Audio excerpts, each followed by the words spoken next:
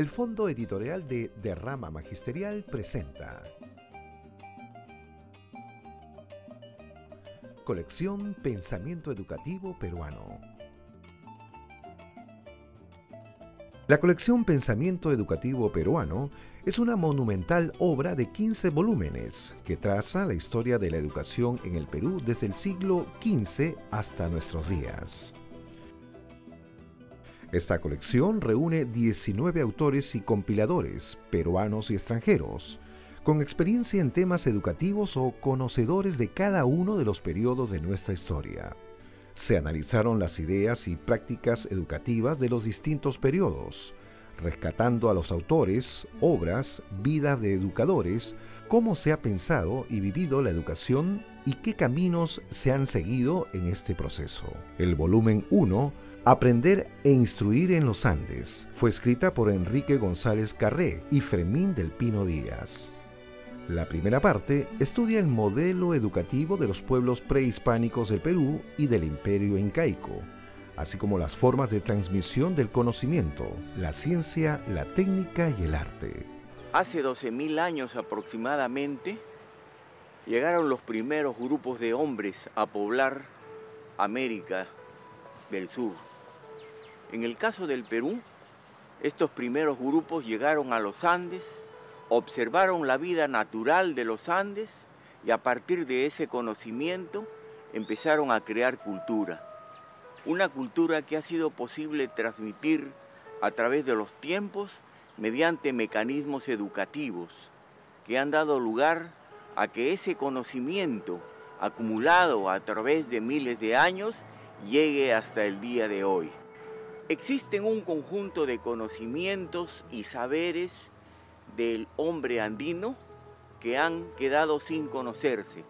Y es por eso que a través de la educación con mecanismos antropológicos es posible recuperar esos conocimientos para poderlos transmitir y así reafirmar nuestra identidad con el patrimonio cultural de todos los peruanos. La segunda parte fue escrita por Fermín del Pino Díaz. Analiza la llegada de los jesuitas al Perú en 1569 y el papel de Joseph de Acosta, miembro de la Compañía de Jesús, y su propuesta pedagógica que influyó incluso en la educación colonial. El volumen 2, Entre la sumisión y la libertad, fue escrita por Luis Miguel Glave. Estudia el pensamiento educativo durante el periodo colonial central desde el siglo XVII hasta mediados del siglo XVIII y la importancia de las órdenes religiosas en la organización de los colegios, la cátedra de quechua, la educación superior y la relación que tenían con los seminarios. En el volumen 3, Escuela de Obediencia y Memoria del Inca, Manuel Burga y Pablo Macera analizan la importancia de las bibliotecas laicas y jesuitas de 1767, convertidas en ese entonces en grandes herramientas educativas. Las escuelas de obediencia son las escuelas de instrucción elemental, de primeras letras y de doctrina cristiana. Los talleres de enseñanza, que relacionaban a maestros con aprendices, aparecen como escuelas de libertad y de aprendizaje. Creo que lo más importante es insistir y presentar la enseñanza popular a través de los gremios. Era muy difícil para los sectores populares de la época virreinal adquirir cualquier tipo de educación, cualquier tipo de preparación. Sin embargo, encontraron una solución. Eran unos contratos que firmaban con los maestros de gremios. A cambio de un pago que hacían los padres y a cambio del trabajo del aprendiz, el maestro se comprometía a enseñarle su oficio. Esto fue un anticipo a muchos proyectos posteriores de la época republicana y aún del siglo XX. Y es lo que más hemos querido resaltar en este libro. En el volumen 4, La transición de súbditos a ciudadanos, Alejandro Rey de Castro estudia la influencia de la Ilustración, del Mercurio peruano y las ideas educativas de José Baquíjano y Carrillo, Juan Pablo Vizcardo y Guzmán, Hipólito Unanue y Toribio Rodríguez de Mendoza. A partir de 1781, el pensamiento educativo acoge las nuevas ideas que se desarrollaban en Europa y fomentan el conocimiento del Perú, así como promueven un sentimiento patriótico, el ideal independentista y el republicano. Esta es una época que tiene trascendencia porque a partir de 1781 el pensamiento educativo en el Perú no solo acoge las ideas nuevas que sobre educación se desarrollaban en Europa, ideas que se desarrollaron a partir de la Ilustración, sino que se dedicó a formar y a fomentar el conocimiento y el amor al Perú, desarrollando un sentimiento patriótico entre los peruanos. El ideal educativo que se trató de implementar en gran medida se frustró y ese es el ideal que ha quedado pendiente a lo largo de todo el siglo XIX y por supuesto que incluso a lo largo del XX. Gracias. El volumen 5, Educación del Ciudadano y Disciplina Social, fue escrito por Magdalena Chocano y María Emma Manarelli. Este libro examina las propuestas educativas y el debate sobre la educación que surgió tras la crisis de la independencia. Ambas autoras se detienen en las obras que Francisco de Paula González Vigil y en lo escrito por Bartolomé Herrera, que encarnan los conflictos por la secularización de la educación. Analizamos el pensamiento educativo en el periodo que va en los momentos después de la independencia hasta 1860 aproximadamente. Como es lo que mostrábamos en este quinto volumen, es esa tensión entre las propuestas más liberales, más igualitarias, que proponían a su vez una secularización de la sociedad, y otras más conservadoras, muy inspiradas también en los preceptos de la Iglesia Católica y de la religión que, digamos, había de alguna forma abrazado la República temprana.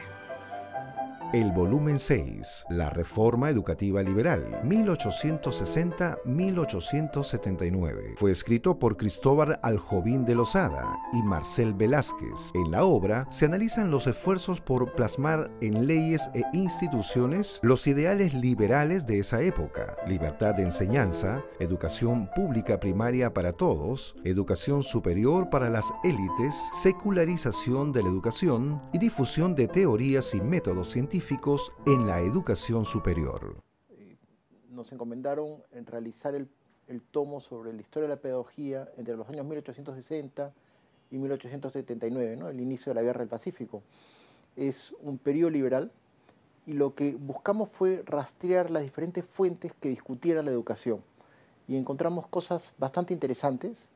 Primero encontramos debates de diferentes posiciones ideológicas sobre la educación. Digamos que la educación implicaba un debate no solamente cómo instruir a la persona, digamos, cómo mejorar las habilidades de las personas, sino cómo educar, ¿no? O sea, qué cosas debían tener los niños en la cabeza, ¿no? Entonces, es un periodo en el cual se debate en términos ideológicos qué es lo que debe recibir un chico en el aula. En el volumen 7, Reconstruir y Educar, Tareas de la Nación, Augusto Castro presenta la llamada Reconstrucción Nacional después de la trágica guerra con Chile, que exigió la elevación del espíritu nacional. Esto colocó en un nuevo horizonte el tema de la educación y en particular el de la educación cívica. El tomo número 7 se encarga de un periodo importante de la vida del país. Es un tomo dedicado a las tareas de la educación y a las tareas de la reconstrucción. Hay que recordar que estamos hablando del periodo posterior a la guerra con Chile, a partir de 1885.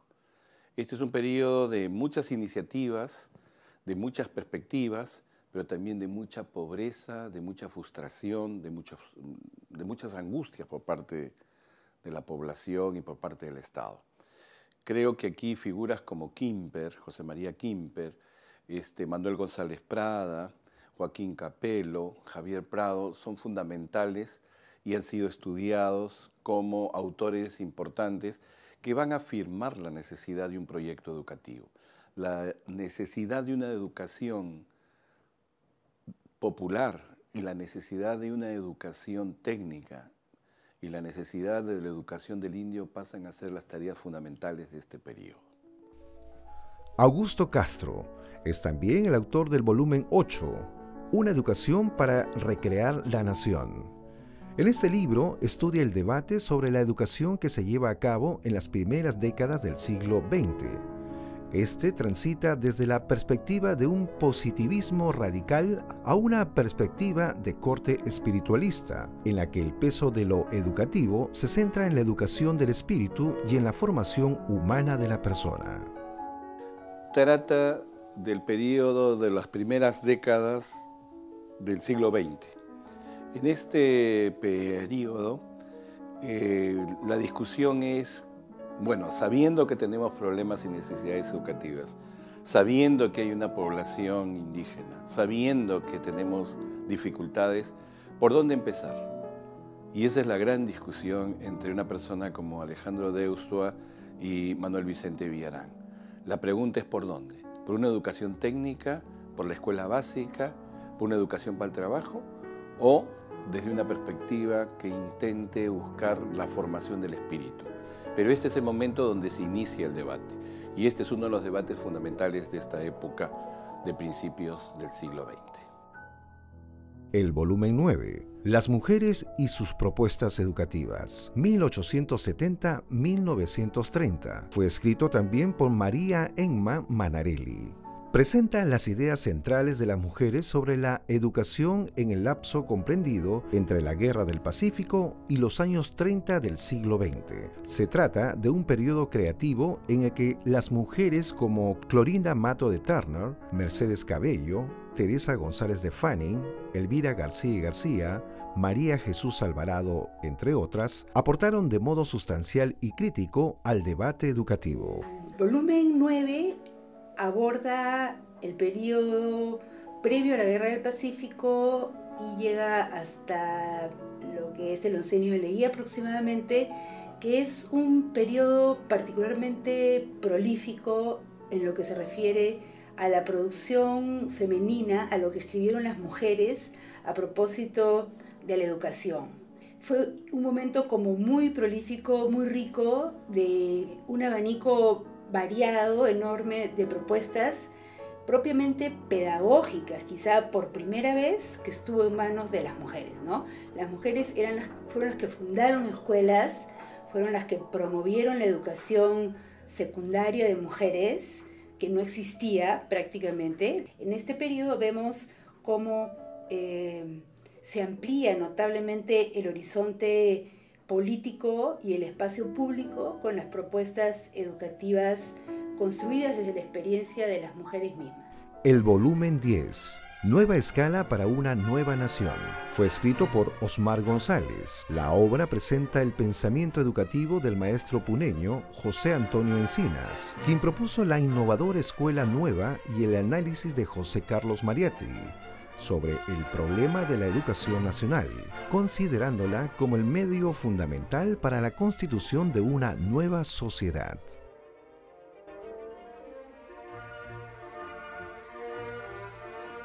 En su conjunto, esta colección pretende ofrecer algunas lecciones del pasado que invite a aprender de nuestros propios pasos para entender mejor la realidad educativa presente y plantear propuestas que impulsen la transformación educativa que necesita el Perú.